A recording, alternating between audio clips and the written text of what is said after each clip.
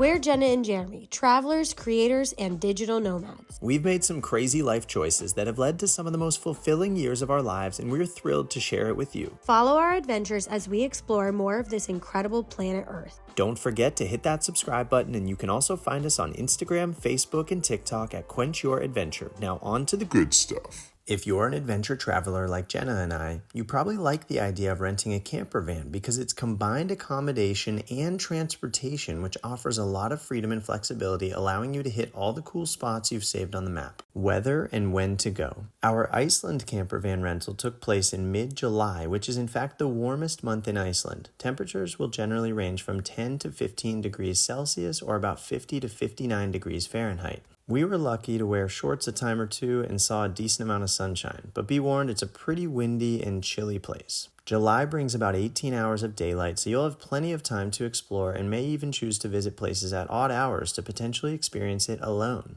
Keep in mind that July will likely be the busiest month of the year. If you're willing to accept slightly colder temperatures, maybe consider a late August, early September visit where you'll still get 12+ hour days with fewer people. Our Italy camper van rental took place during the last week of September, which is definitely the shoulder season and had its ups and downs. Temperatures will vary greatly with quite a range of elevations. We experienced freezing temperatures during our overnight at Trecime di Lavaredo and also experienced warmer days in the 60s in Chiusa, where you can see I'm wearing short sleeves here. And I ended up shirtless while hiking Col Rodella just north of Canazei. We were never overwhelmed by crowds, even at Lago de Brais, and we had roughly 12-hour days, giving us plenty of time to explore. Flights and other transportation.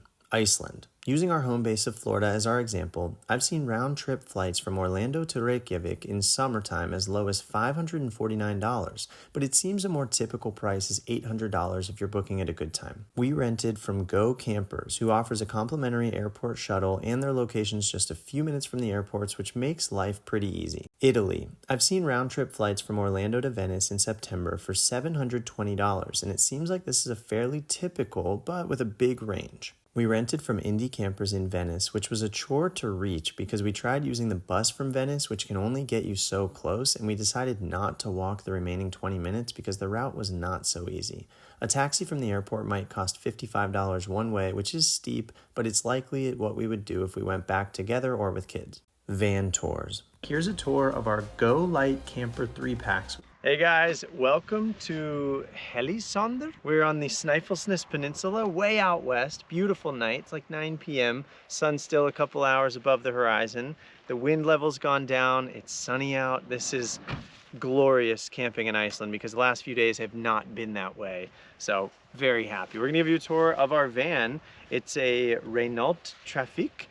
Not familiar with that whatsoever. It was kind of the mid-grade option. There were smaller minivans and there were bigger vans you could actually stand up inside. We went somewhere in the middle to not spend all of our money. It's been really great so far though. We're comfortable in it. And here's our setup right now. It's actually the first time because of the wind. We've had 40-mile-an-hour gusts, but we now do not have that. So we've been able to put out our chairs, our table. We've got some rice cooking, some curry. It's gonna be great. Here's the van itself. Come on into the front. We've actually got 3 seats, and technically they say it sleeps 3 people. It'd be a little tight, but if you're close, it's an automatic, which was really nice. They actually upgraded me. I guess it was available. We've got a couple charging ports up here, Bluetooth, and yeah, drives nice. On to the main living space. We have the kitchen area. It's funny, let me pause to say, this is a van that when we got it had the table converted and you would convert it into the bed, I guess. We, since the very first time setting it into a bed, have just left it that way because the few campgrounds that we've been to so far have mostly had a nice space to sit and charge and work on laptops, things like that. But honestly, this is a decent bench seat right here with the table that has the sink and counter space. So it's not that necessary since we're not like both sitting working on laptops all day long or anything like that. So yeah, we might just leave it like this for the rest of the time. But what that does mean is we have a lot of storage space underneath here where the legs of the table and the top of the table is. And then the sink connected to our water tank down there. Haven't had to refill it, haven't used a bunch of water because of the campground services that we've enjoyed. We have everything we need to cook with down here. cutlery and all that good stuff. We've got a few bits of food down there, which we've picked up a bunch of free stuff from different campgrounds. And actually at Go Campers, they had a big shelf of stuff that people put when they return. We've got a cooler here. It runs just on the battery, so you pretty much only run it when you drive and then turn it off, and it should keep your stuff cool enough. So not quite a refrigerator, but not bad. And then if you want to give kind of the full look of the bed here, we cleaned our room for you. It wasn't like this for the last couple days, but it's nice now. It's very comfortable. We've got some hooks on the side to hang stuff. They chose these orange blinds, which I guess are nice and on brand, but could be a little bit darker, just honest opinion. And here's from this view. I do love how the back opens up. We lived in an RV for 14 months. We never could do that. It wasn't built like that, but the van life, it is really cool to open those up when it's not crazy windy. Got some storage space down there, backpacks and gear and extra shoes and things like that. And that's really about it. We want to give you a quick tour so you can see what we've been staying in for our week here in Northern Italy. Jeremy and I were so excited to get back to our roots. We did 14 months of RV life in the United States, sold that, now we're traveling abroad, but we rented the Campervan for 7 nights, so let's go check it out. Before we get into things, we have this sitting right near the door, and we have used it a lot, especially because it's been wet and rocky. So come on in. Actually, if you want to look in, come on up. The driver's seat here, it is very comfortable. We're sitting nice and high. It's spacious. Got the phone holder here with the charging cord, Bluetooth. That's been awesome. Just driving, listening to music, looking at the beautiful views. This is super cool. Been our favorite part, honestly. You crank the little handle and you turn it around. Whoa, and it opens up the space. Both of them swivel, and it really makes a huge difference. It just feels like we have this big wide open space now. I mean, this is the living space. When we're not driving and we're not in bed, this is it. It's the place to work. I mean, honestly, this is the best seat in the house. You have the heater coming out down there. You can lean back a little bit. Workspace. We said the swivel suites would be a non-negotiable if we were ever to have a van. The swivel seats. There's the other two right there. They're a little sitting straight up, so this has a little more relaxed feel to it. A couple storage cabinet. We do electronics, some clothes, 2 little parts right here. There's 2 lights here, and everything shuts, so you can do screen or you can do full on close it out. They don't work that well, to be honest. Yeah, up here is another little storage spot, and above Jeremy's head right now is the temperature of water and heating for the vehicle. You saw the vent window there in the top. We're not really using that because it's chilly here. Not much to show you in the kitchen. I'm in it right now. The main part is a working fridge that has all our goods that we need in it. Yep. And then these 2 lift up for stovetop and sink. We've actually cooked a little this week, trying to save money. 2 drawers of silverware, trash, storage of food. So close those, lock in place. And it is expensive in Italy, especially in the Dolomite region. So cooking has been nice, having our own food, and of course it's convenient. We have these 2. This could be cutlery or, you know, silverware, plates, cups, all that stuff, more food. A small spot up here. We think if people lived here full time, this would be like the main closet area. There is a rod that you could hang clothes on, maybe store some shoes. We only have 4 backpacks. And I'll let Jeremy show the bathroom. Hello, we're in the bathroom. A little tight, but it's nice to have a full bathroom. Most interesting thing you're probably wondering about, yes, it's a fully functioning toilet. You just open the little chute, do whatever you need to do. There is a flusher, shoot some water down, and then from the outside you'd remove that to clean it up. I feel like you're sitting on a throne. Big mirror right on the side here. The sink here, little, you know, funny, small, tight, but it's totally fine.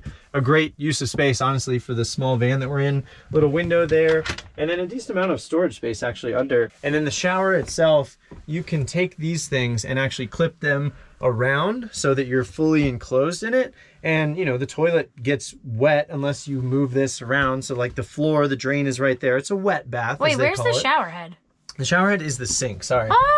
Yeah, so this pulls Jeremy, out. I had no idea. The weird thing is you connect it up there. Oh, that's what that is. I had no clue. We've been here almost a week. Oh! We've mostly showered in the campgrounds that we're in. I've showered in here one time and I just held it and did what I needed to do. But I'm almost certain that it would reach, and that's what that's for. We've been using that actually as a hanger for like a hand towel. We're already in the bedroom. So this actually is like a full-size. As you see these clips right here and the borders all right here, this could be a bunk bed. To buy the bedding kit, to get 2 pillows, a sheet, and a blanket, you have to pay $45. Well, you're renting a camper van. It's a pretty cheap rental. Underneath us is the storage tub full of all the kitchen gear, and then where we've stored all of our backpacks and luggage that we don't need. It's actually a lot of room down there. It's also where the propane is that Jeremy does have to get out and turn on to turn the heating on and then turn back off.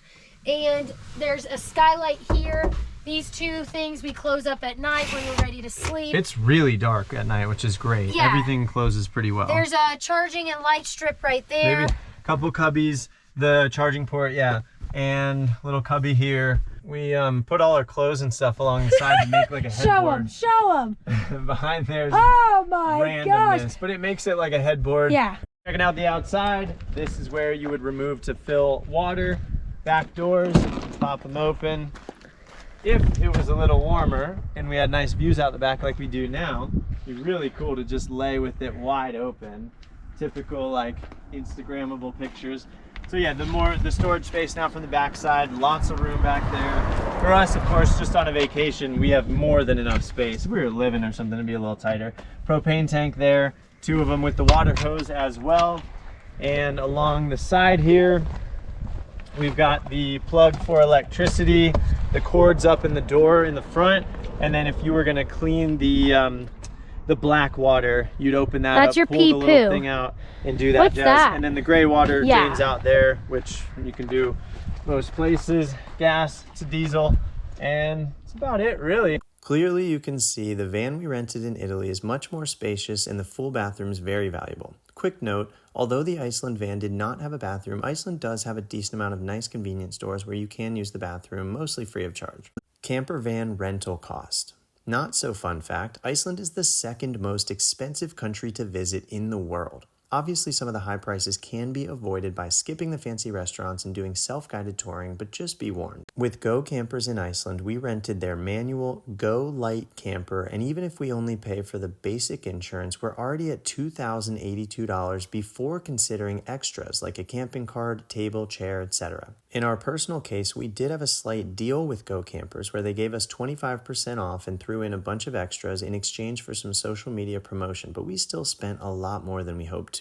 With Indie Campers in Venice, we rented the manual Joa model, and the prices vary dependent upon when you rent. Here's a week in mid-July at $1,250, and then you can open the calendar to see different nightly rates, and by the end of September, it's quite affordable with the last week in September costing only $720. Now this allows for only 75 kilometers per night, or about 47 miles a day, which translates to 525 kilometers or 329 miles in a week, which is possible but limited. If we bump that to 175 kilometers or 109 miles per day, you'll likely never reach that, and the price jumps to a total of $869, adding $149. That said, it's only 38 cents per extra kilometer, so I think your best bet's to get a rough calculation of how far you'll drive and do the math. In our case, I wish I noted our total mileage, but using some educated guesses, let's say we drove 600 kilometers. That's 75 more than our allotment, so we multiply 38 cents by 75 kilometers, and we only have $29. That's $120 cheaper than buying the extra mileage up front, and your total cost would be $749. I like it. By the way, this price does include some basic insurance. We paid an extra $45 for bedding, so a total of $794. Wow. Less than half the Iceland van, and it's larger, almost $1,200 less, in fact. Campgrounds. In both Iceland and Italy, wild camping, boondocking, overnighting in random parking lots is not allowed, meaning you do need to budget for your campgrounds as well. In Iceland, we did not reserve any campgrounds ahead of time, and we only came across 2 that were full, one in Hafnarfjordur, just south of Reykjavik, so kind of makes sense, and the other in Grindavik when there was an active volcano nearby, so of course people wanted to come see it. I believe we spent a total of $181 for 7 nights, so about $26 per night, and one of those nights was in the parking lot near the volcano, which we hiked to just after midnight, so we managed to get a cheap $8 night with no amenities besides the porta potty. In Italy, even in shoulder season, I believe we came across 1 or 2 campgrounds that were full, so I do think reserving in advance would be wise if you can. We spent a total of $204 for 7 nights, which averages just under $30 per night, and one of those nights was in the parking lot at Refugio Aranzo at Trecime di Lavaredo, where we strategically went up after 7 p.m. to only pay the €30 toll one time. Gas prices. This is not something we tracked when we were there, but let's at least compare general gas prices because they are quite high. So in Iceland, if you convert everything to gallons in USD, it's $8.50 a gallon. I'd never heard of such prices. If we drove a total of 800 kilometers or 500 miles and divide by 31 miles per gallon, that's 16 gallons multiplied by 850, giving us a total cost of $136 for gas. In Italy, I believe the price converts to around $7 to $8 per gallon. Not much better. If we drove 600 kilometers or 373 miles and divide by 31 miles per gallon, that's 12 gallons and a total of, say, $90. Food. First, eating out in Iceland will cost an average of 37% more than it will in Italy, and grocery shopping in Iceland will cost an average of 35% more than in Italy. The US prices vary city to city, but are mostly closer to the Icelandic prices. Our camper van in Italy, we had 2 propane burners and we did some simple cooking, mostly heating stuff up, but it helped us save money because eating out in northern Italy is not cheap. We picked a few places to enjoy a nice meal, but we also knew that we'd later be spending time and eating out in southern Italy where it can be more affordable in places like Naples. In our camper van in Iceland, we had a small portable camping stove where we made simple meals. The huge difference here is that most campgrounds in Iceland offer a shared kitchen space which can make cooking easier assuming it's not too busy. Also, many campgrounds have a section in the kitchen where campers would leave food they didn't get a chance to eat for whatever reason. And at Go Campers, when I picked up the van, there was an entire shelf full of free food like potatoes, apples, pasta, canned goods, chocolate milk, and spices. We made great use of this and managed to spend very little money on food that week. Drive times. We spent a total of 3 months in Iceland and we explored a lot of the country, but we never technically drove the entire ring road, which is what many people consider doing. If this is your wish, I would encourage you to try and give yourself more than 7 days if possible, but 7 days would be the minimum in my opinion and will come with sacrifices. It takes about 17 hours to drive the ring road if you took 0 detours. 2.5 hours per day, but let's bump that to a much more realistic 3 hours per day and 21 hours in a week by adding in the here and there stops and short detours to waterfalls, trailheads, and hot springs. Now let's look at exactly where we went during our week here. You can only add 10 stops in Google Maps, so there's some minor things left out and of course little back and forths, so we can at least round the 10.5 hours up to 11 or maybe 12, which comes out to only around an hour and 40 minutes each day. Not bad. We spent a total of 40 days in Italy and saw a nice chunk of the country, but our week in the van was focused only on the Dolomites. If you're mountain lovers like us, you'll likely want to do the same. Venice and the surrounding islands are also really fun to explore, but you'll likely want to do this before or after your week in the van, unless you want to consider parking somewhere on the mainland and using public transportation to just day trip into the city on stilts. Let's look at exactly where we went during our week, and we'll round to 10 hours in 7 days, which gives us just under an hour and a half each day. Not bad at all to see all these gorgeous places. Sights to see. With all the footage you've seen here already, you should have a good idea what each destination has to offer, but here's a quick recap of the highlights. Iceland is known for its countless waterfalls, and this route includes Kirkjufellsfoss, Grundarfoss, and Glimmerfoss. You'll also have epic coastal views in places like Arnastapi and Helnar. You can see seals at Ytri-Tunga and maybe even an Arctic fox near Hellissandr. And the sketchiest hike of my life was to the top of Mount Kirkjufell. The Dolomites of Italy are mostly known for their impressive mountains, with the highest point reaching 3,342 meters or almost 11,000 feet high. They're just so mystical and jagged with spectacular formations everywhere you look. There are also towns with history and culture, gorgeous hotels with lovely architecture, old churches and green grass, flowers and monasteries. Final breakdown. There are plenty of variables, with the huge one being flight prices, but here are the rough numbers to make a comparison, and we're using the September van prices for both. Around $3,200 for Iceland and just over $2,000 for Italy. This does not include food. The drive times were pretty similar for our 2 routes, and then it's just comparing what you want to see. We were fortunate to have a safe, active volcano erupting during our visit in Iceland, which made it so exciting. We hope this video helps you plan future trips, and we'd love to hear your thoughts in the comments down below. Like the video and subscribe for more travel content.